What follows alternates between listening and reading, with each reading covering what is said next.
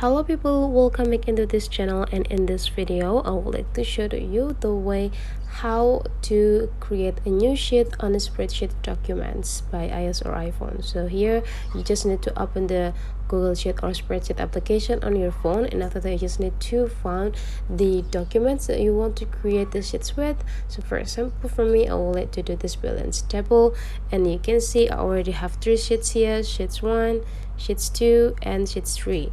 And to add the new sheets here, so what is actually the sheets? Sheets is the new blank sheets or blank documents that you can create or you can get, so that you will not have to create the new documents or separated documents to do the work. If your work needs to be like have the other or extra things to do or extra sample to do, you just need to add the new sheets in the same documents rather than creating the new document separately.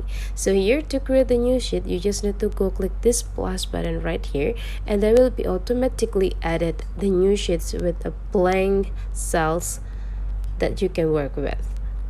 So whenever you already add it, you just need to go start doing or adding the informations into your new sheets. So those sheets will be stay in the same documents, which is the balance table documents. So this sheets could be like has relatable things, or yeah, the same purposes with the whole sheets in these documents.